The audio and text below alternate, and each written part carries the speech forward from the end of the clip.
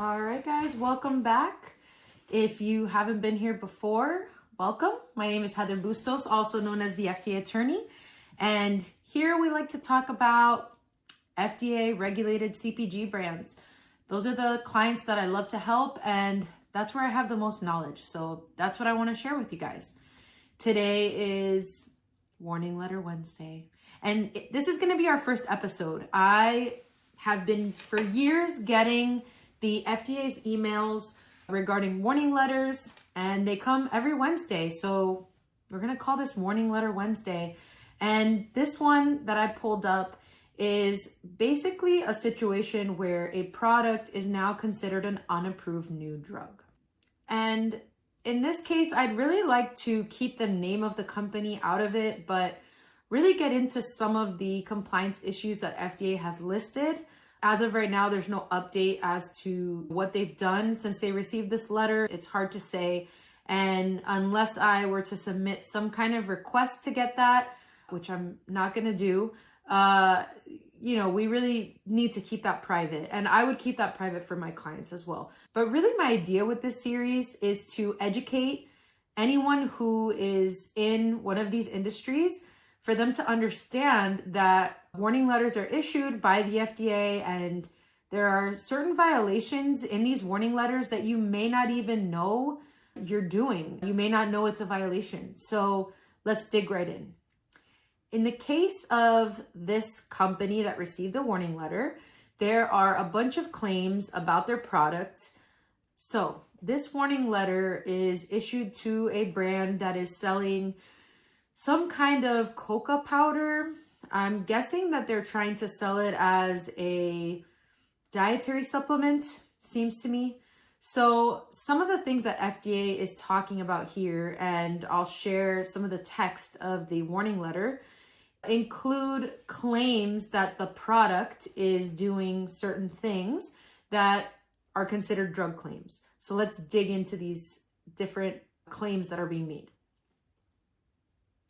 So first, it talks about the product reduces eating anxiety issues. It regulates blood glucose, lowers risks of cardiovascular disease. And if you've been watching my channel, you know disease claims are no-no. Regulates blood pressure. That's another one. Extraordinarily combats anemia. That's another drug claim, a disease claim rather. Arthritis and osteoporosis relief. So all of these are considered drug claims. They are no-nos in the supplement industry. And it seems to me that the product is also marketing on YouTube. So the FDA has also referred to their YouTube video talking about the product reducing eating anxiety issues, risk of cardiovascular disease, regulating blood pressure and blood glucose. And they actually cite the approximate times in the videos. So they definitely did their homework. They went through this company's website. Essentially, whenever you make these types of claims, which are considered drug claims, the FDA then essentially state that you are now a drug product. And if you don't fit within the over-the-counter monograph, which I'll have a video on the over-the-counter monograph system to be considered OTC drug, then you're considered a new drug. And if you're not approved, you're an unapproved new drug, meaning your existence on the market is illegal. And in that case, this is what occurred with this company. Now, a warning letter is just simply stating that this company has violations that need to be rectified based on the claims they're making.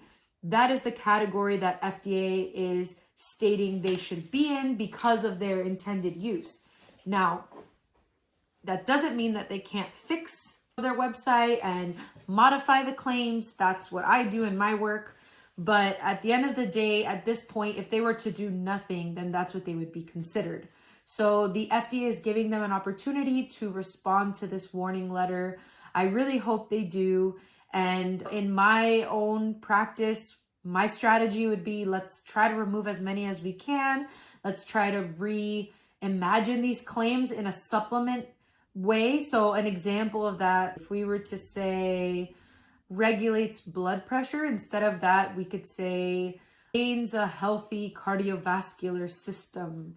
And there's a reason that these dietary supplement companies make those kinds of claims. That is their way of crafting them within the supplement industry. It has become so well known to consumers, but they may not understand exactly why that is done.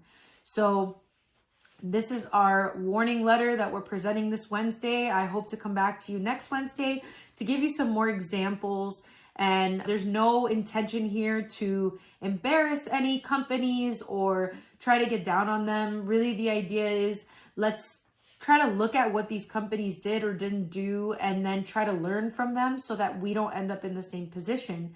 And that's really my goal with Warning Letter Wednesday. So thank you so much for watching. I hope to see you again next Wednesday. Take care.